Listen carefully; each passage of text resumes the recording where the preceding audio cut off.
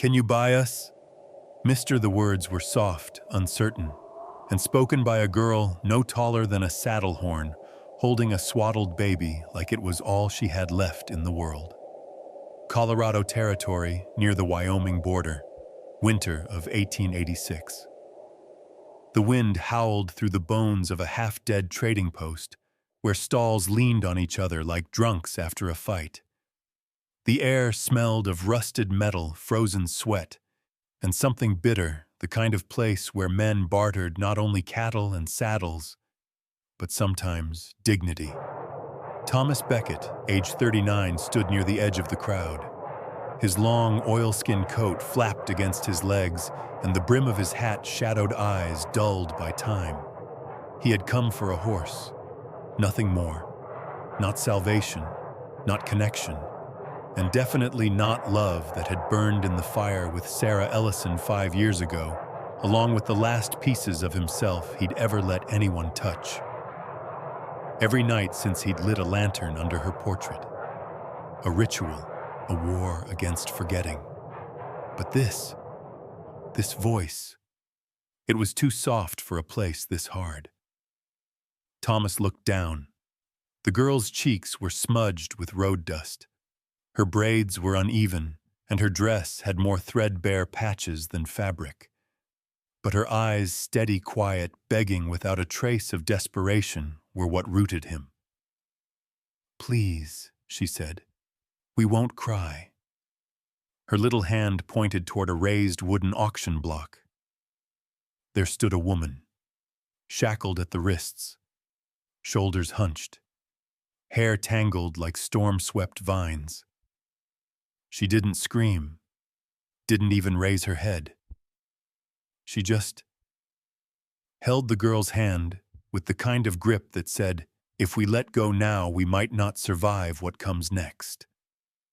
The auctioneer slammed his gavel against the post. Next lot. Woman fit for cleaning or cooking. Comes with 2 dependents. Quiet stock. Starting at $10. Laughter. A cruel voice in the crowd.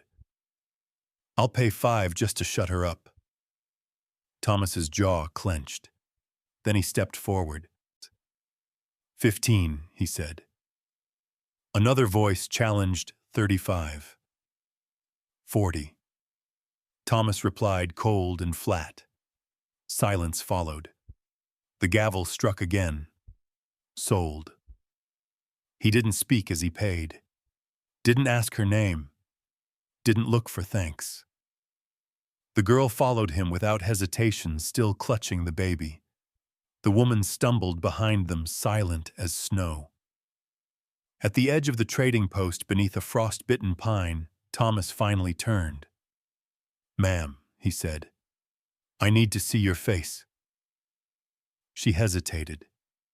Then slowly she looked up, and his world shattered all over again. "Before we go further, let me ask something simple. Where are you watching from tonight? Is it somewhere warm or somewhere just as cold as that wind in Colorado? Because this story, it began in frost and silence. But what came next, it just might thaw something you thought was gone forever. Snow drifted across the crooked stalls of the trading post, gathering in seams of warped wood, as though even the sky wanted to cover what was happening there. Beneath the auctioneer's platform, boots shifted, men muttered, and coin purses jangled in eager hands. But on the raised plank above them, a woman stood shackled, her wrists raw beneath the iron cuffs. She didn't cry out, didn't plead, didn't even flinch when the gavel struck, and the words, "next lot," rolled across the square. Instead, her hands tightened around a smaller one, the hand of her daughter. A little girl with cheeks chapped from wind and a dress too thin for the season. And though the girl's small voice had called to a stranger, "Can you buy us, mister?" the mother's silence spoke even louder. Her silence wasn't emptiness. It was armor. Because begging here would have meant surrendering the last shred of dignity she still owned. What does a mother do when the world sees her as property? She doesn't scream, she protects. even if her voice breaks in the silence. The men in the crowd didn't see a person. They saw stock. A body to scrub their floors, stir their kettles, carry their shame. One jeered, offering $5 just to end the noise. Another smirked, spitting into the dirt. But the woman's grip on her daughter's hand never loosened.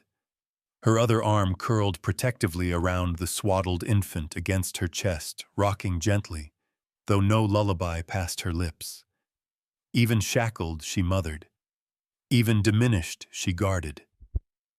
Behind the tangled curtain of her hair, bruises half-faded stained her cheekbones. The kind that told a long story, not of one beating, but of years surviving them. Each mark was a memory she could not speak aloud. Thomas Beckett stood at the edge, watching. He had come for a horse. Instead, he was staring at a mirror of everything he swore he had lost: a woman's quiet strength, the way her shoulders curved, not to hide herself, but to shield the children she refused to let go. The gavel struck again. $10, the auctioneer barked. The crowd shifted. Bids tossed like scraps of meat. 15. 20. The woman did not raise her head. She would not give them her eyes. But her daughter did.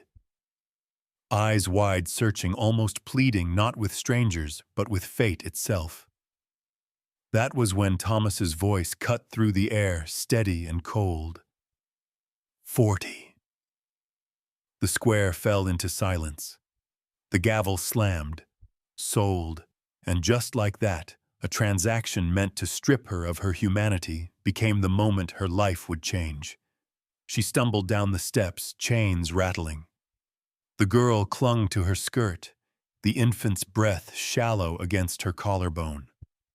And though she dared not hope for the first time in years, her silence cracked just slightly at the edges. Because somewhere beneath the weight of chains and humiliation, the possibility of mercy flickered. A mother shackled on a platform had no reason to believe in rescue. But sometimes rescue doesn't come with fanfare. Sometimes it comes in the form of a cowboy who only meant to buy a horse and instead bought back his own past. They had left the trading post behind the laughter of cruel men fading into the snow. The girl clung to Thomas's side without hesitation, the infant bundled close to her chest. Behind them, the woman stumbled forward, her shawl slipping from one shoulder, her wrists still red from iron. She hadn't spoken a single word since the gavel had fallen. At the edge of the camp, beneath a pine crusted with frost, Thomas stopped. He turned his voice low but steady. "Ma'am," he said, "I need to see your face." For a heartbeat, she didn't move. The wind tugged at her hair, hiding her features in tangled strands. He could see the rise and fall of her chest, quick and shallow, like someone who had been asked for something too costly to give.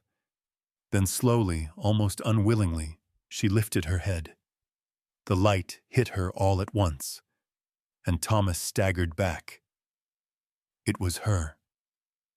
Sarah. The woman he had mourned every night for 5 years. The woman whose portrait still sat by his bedside, whose name he whispered into silence until his voice broke. Alive. Scarred. Trembling. His breath caught sharp in his throat. "Sarah," he whispered. She blinked once, twice. For a moment her lips parted as if to speak, but no sound came. Then her knees buckled beneath her, and Thomas reached out instinctively, catching her before she hit the ground. His hands shook as they touched her skin, tracing lines that were both familiar and foreign. Because this was Sarah, yes, but not the Sarah he had lost. This was a Sarah marked by fire and cruelty. Bruises shadowed her cheekbones and faint scars ran like pale rivers down her neck. The years had carved grief into the corners of her eyes. And yet beneath all of it, the shape of her jaw, the trembling of her lips, the way her breath caught when she recognized him. It was her. What do you do when the dead return, when the love you buried suddenly stands before you, breathing but broken? Thomas's world spun. He remembered the fire, the way the boarding house had burned like a funeral pyre, the letters he had thrown into the flames in grief. He had believed her lost, believed he had failed to protect her. And now here she was, not only alive, but carrying children who bore her eyes. Confusion cut through him as sharp as hope. If she lived, why hadn't she come back? Why had she let him mourn her? But when his eyes fell on the little girl's hand, gripping Sarah's dress, he understood. She hadn't been free. She hadn't been silent by choice. Her silence had been survival. Thomas swallowed hard, forcing his voice steady. "You're real," he murmured. "Scarred, but breathing." Sarah's lips trembled, but her eyes glistened with something fragile. Relief maybe, or the terror of believing this moment could vanish if she blinked too long. The girl tugged at Sarah's skirt, whispering in a voice too soft for the wind. "Mama, this man!" "Why does he look at you like that?" Sarah lowered her gaze, her voice thin as thread. "Because once," she said softly, "he was my home." The snow fell heavier now, but Thomas didn't feel the cold. The woman he thought lost forever was here. But with her return came questions that would cut deeper than the fire ever had. The cabin was quiet, except for the soft crackle of the hearth. Clara, worn from the journey, slept curled against her mother's side. The baby stirred now and then, his tiny fists clenching in dreams. Thomas sat across from Sarah, the shadows of the firelight cutting sharp lines across his face. He hadn't stopped staring since the moment she lifted her head. For years he had believed her ashes were scattered in the Kansas wind. For years he had cursed the fire that stole her. But now she was here, flesh and bone, scarred and silent. Finally, he asked the question that burned hotter than the flames that once devoured his heart. "How, Sarah? How are you still alive?" Her lips parted, but no sound came. Her eyes dropped to Clara, then to the infant at her breast. She stroked her daughter's hair as if the touch might anchor her. Only then did she speak, her voice thin as smoke. "The fire. It wasn't an accident." Thomas's breath caught. Sarah drew in a long, unsteady sigh. Her words came haltingly, each one carrying years of weight. "Men came that night, paid to erase me. They dragged me out the back while the flames rose. They wanted the world to believe I had died. It was easier to sell me if no one searched." Her hands trembled. She clutched the baby closer. "They bound me, kept me hidden. I was taken west to a man with money but no mercy. He made me his property, forced me into marriage.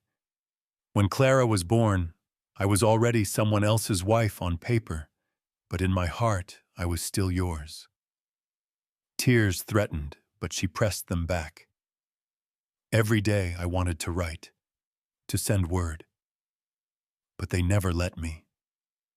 Letters burned before ink touched the page. My name was ash before it left my lips." Thomas's fists curled tight against his knees. Rage churned in his chest, but he swallowed it, forcing himself to let her speak. "Then came Matthew," she whispered, brushing her thumb across the infant's cheek. "Another child, another chain." Her voice cracked, but she lifted her chin, defiant in her pain. "When the man died, I thought I was free. But freedom never came. His debts became my chains. They sold me again, me and the children. Lot number 3, they called us." Her shoulders shook. The years of silence spilled out, not in screams, but in the soft rhythm of a woman too tired to shout anymore. Thomas's vision blurred though no smoke filled the room. He saw the scars on her wrists, the hollow beneath her cheekbones. the resilience in her voice despite it all. What's more haunting, the fire that almost killed her, or the silence she was forced to keep for 5 long years? Thomas leaned forward, voice rough. "You never betrayed me." Sarah shook her head, tears slipping at last. "No, I only survived." For the first time in years, the wall between them cracked. Grief still stood there, but now so did truth. The snow outside fell in soft waves, muting the world to a hush. And in that hush, Thomas realized the love he thought buried had not died in the fire. It had only been waiting, chained like her voice, for the moment it could breathe again. The fever came suddenly. Clara woke in the night, cheeks flushed and lips dry, her small body trembling against her mother's chest. Sarah's voice, cracked from years of silence, tried to soothe her. "It is only a shadow, sweetheart. It will pass." But Thomas knew the look in Sarah's eyes, worry carried by mothers who have already lost too much.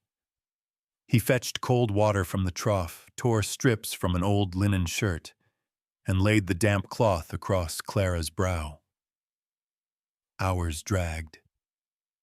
The child whimpered, arms clutching her mother's neck.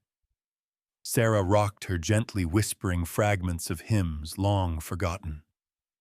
Thomas stayed beside them, swapping cloths, listening to every shallow breath. At last, Clara drifted into fitful sleep, and that was when Thomas saw it. As he brushed a stray lock of hair behind her ear, his hand froze. There, just beneath her lobe, sat a small freckle, dark, perfectly round. His breath left him in a ragged exhale. He knew that mark. He had carried the same one since birth, a tiny signature of blood and bone. It wasn't coincidence. It wasn't chance. It was him. Sometimes the truth doesn't shout. Sometimes it whispers in the smallest mark, proof written in flesh that no chain, no fire, no lie can erase. Thomas's chest ached as he looked from Clara's sleeping face to Sarah's weary eyes. His voice came low, trembling but certain. "That mark," he whispered. "Is she?" "Mine." Sarah's lips parted. Her eyes brimmed, searching his face as though confessing would both heal and wound him. Then slowly she nodded. "Yes," she whispered. "She's ours." Thomas staggered back a step, clutching the chair behind him, as though the weight of years pressed all at once upon his shoulders. He felt grief and hope collide in his chest, a storm with no name. All those nights spent speaking into silence. All those years lighting a lantern beneath Sarah's portrait, believing she had burned. And now here was their child, flesh of his flesh, carrying proof in a single freckle. He turned back to Clara, asleep and sweating gently under the blanket, her tiny hand curled against Sarah's arm. His throat closed tight. "I missed her first steps," he muttered, voice hoarse. "Her first words. All the years I should have been her father." Sarah reached for his hand. Her touch was light, tentative. "You are here now," she said softly. "And she has always been yours, even when the world tried to steal her from you." Thomas closed his eyes, pressing his forehead to Sarah's temple. For the first time in years, he allowed himself to weep, not out of loss, but out of the miracle of finding what had never truly been gone.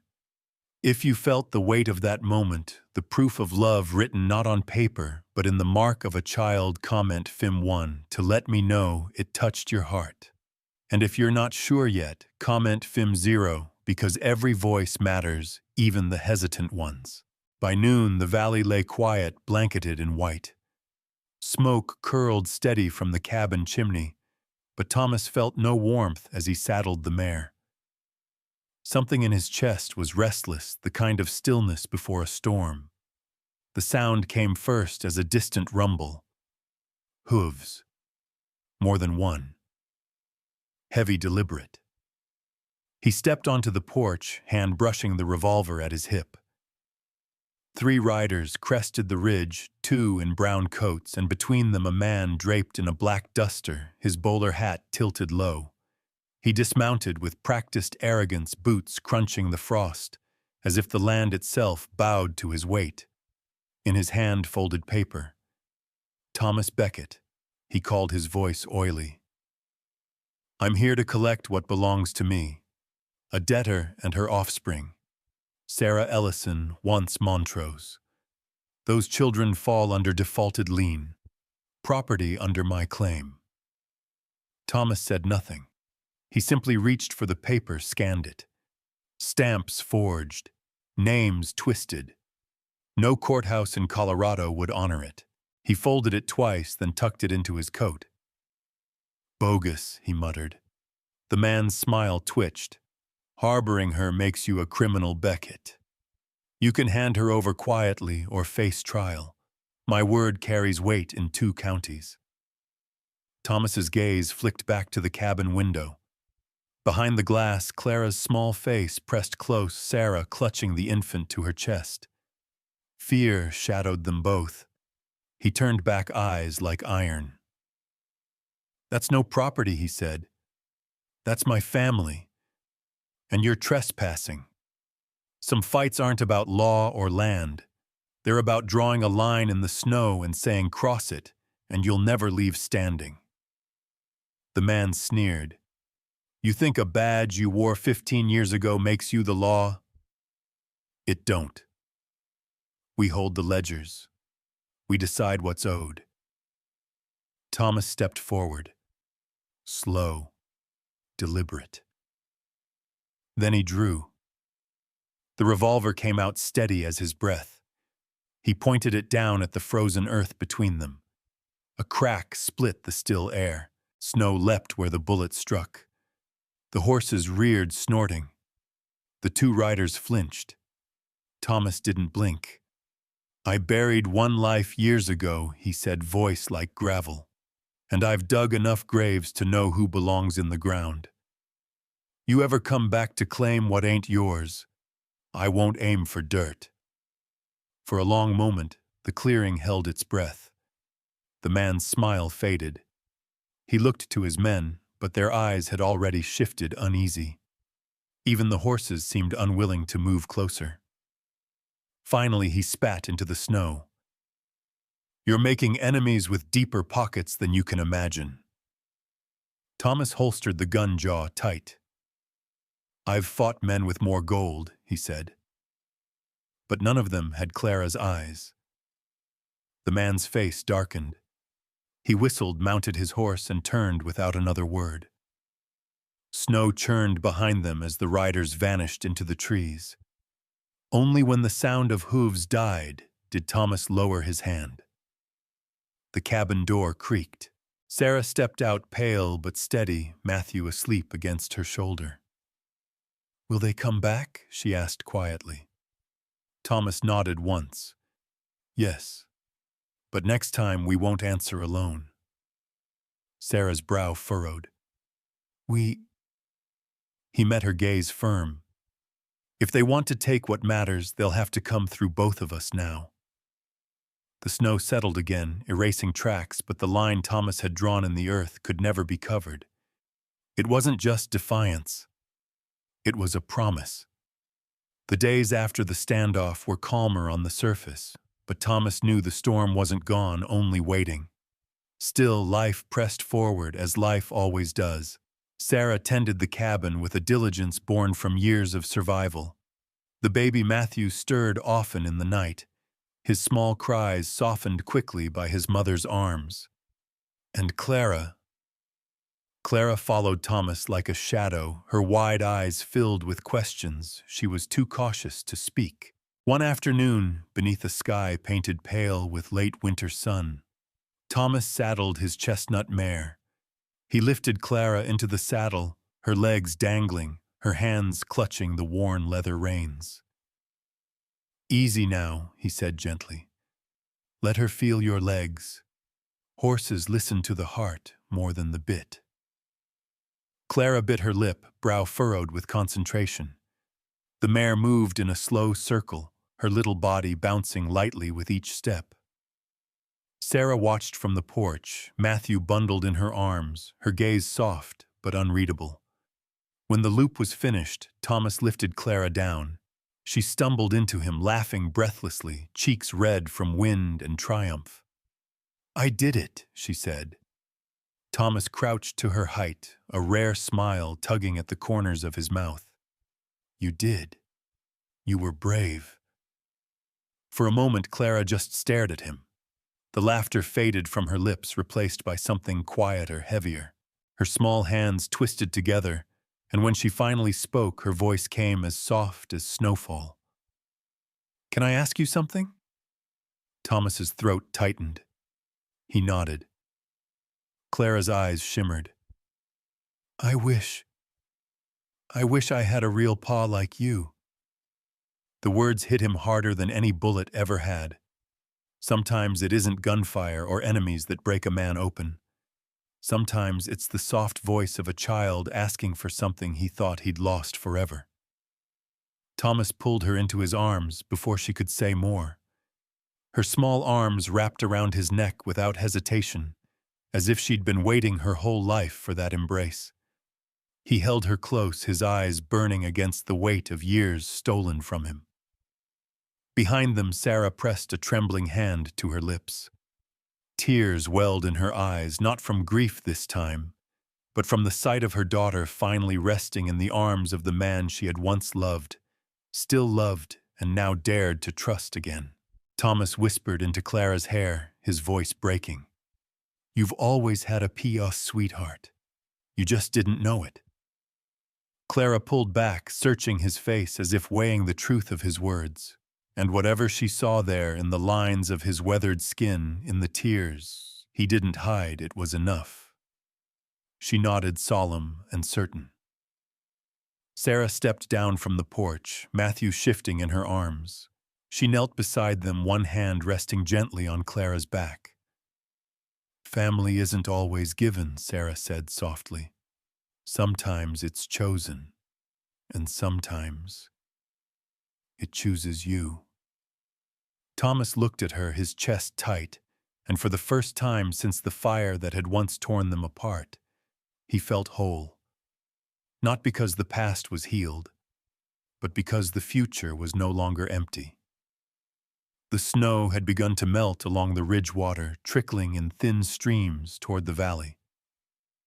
Change was coming, and with it, choices that would demand more than love, they would demand courage.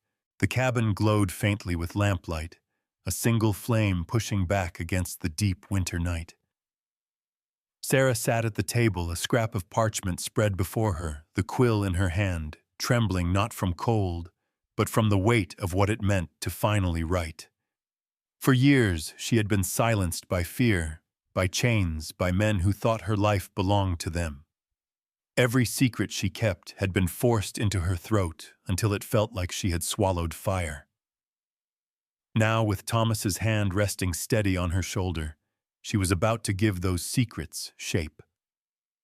Her lips moved as she read the first words aloud, almost testing them in the air, to the office of the Sheriff County of Ridgewood. "My name is Sarah Ellison. 5 years ago, I was declared dead in the fire of 1881. But I lived." Her voice cracked. She paused, staring at the ink soaking into the fibers of the page. Clara watched from the corner, her small hands folded in her lap. Eyes wide as if she understood that this night was different from all others. Thomas spoke softly. "Keep going.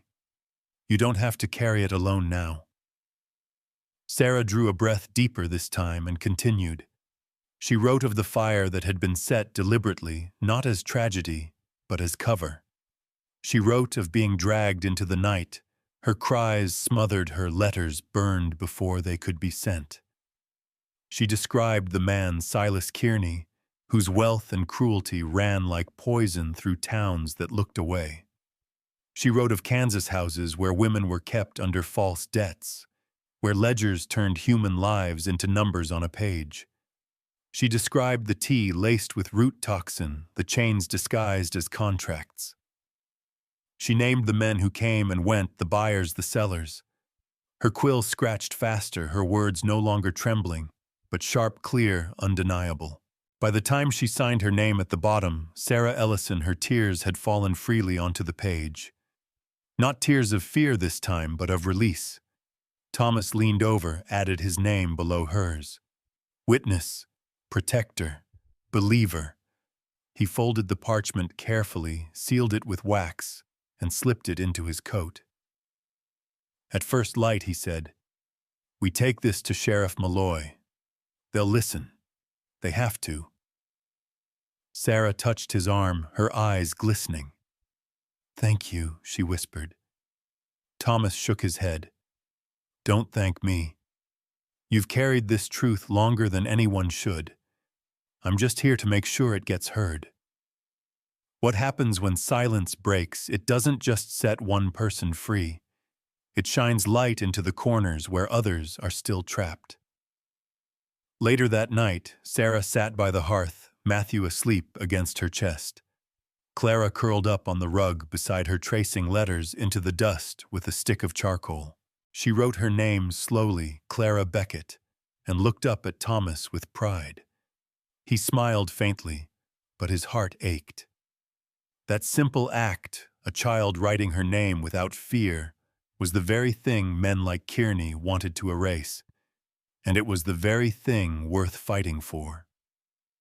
As the fire burned low, Sarah whispered almost to herself, "If I stay silent, I help him keep going." Thomas met her eyes. "Then we speak, loud enough for the whole territory to hear." The room fell into a hush, not the hollow silence of grief, but the steady quiet of resolve. Outside, the snow was still thick, but the ridge carried the faintest hint of thaw. Inside, something stronger than fear had taken root. The letter was only the beginning. To deliver it meant risk exposure, danger the chance Kearney's men would strike back before the law could move. But for Sarah, for Clara, for Matthew, and for all the others whose names had been turned into debts, it was a risk worth taking. Spring did not arrive with fanfare that year. No trumpets in the wind, no parades of green. It came quietly, like a child tiptoeing across the valley, the snow retreating first from fence posts, then from rooftops until the ground softened enough to hold a seed again. On one such morning, Thomas led Sarah up the ridge behind the cabin. Clara skipped ahead barefoot, her laughter scattering like birdsong. While Sarah followed slower, Matthew bundled close against her heart. There was no procession, no crowd in polished shoes. Only the hush of neighbors who had chosen to witness the widow Merle, a pair of farmhands who'd lost sisters to the same trade that once bound Sarah and Sheriff Malloy, hat in hand, saying nothing. Thomas wore his cleanest shirt, though the sleeves were frayed at the cuffs. Sarah's dress was not silk, but a gown of simple white cotton stitched from scraps, the seams uneven yet strong. In her loose hair rested a sprig of wild lavender Clara had plucked from the meadow. When they reached the hilltop, Thomas took her hand. He did not kneel. He did not pull out a ring. Instead, he drew from his pocket a braid of prairie grass, woven that very morning while the sun broke over the horizon. "Not a vow for show," he said, voice steady but thick. "No altar, no choir. Just this, a promise made in dust and blood and all the years we lost. I am yours, Sarah, even the broken parts."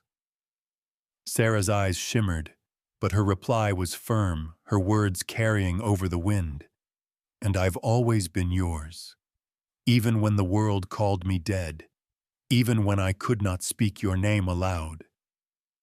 It was always you." He wrapped the braid gently around their wrists. The knot held rough and imperfect, but unbreakable.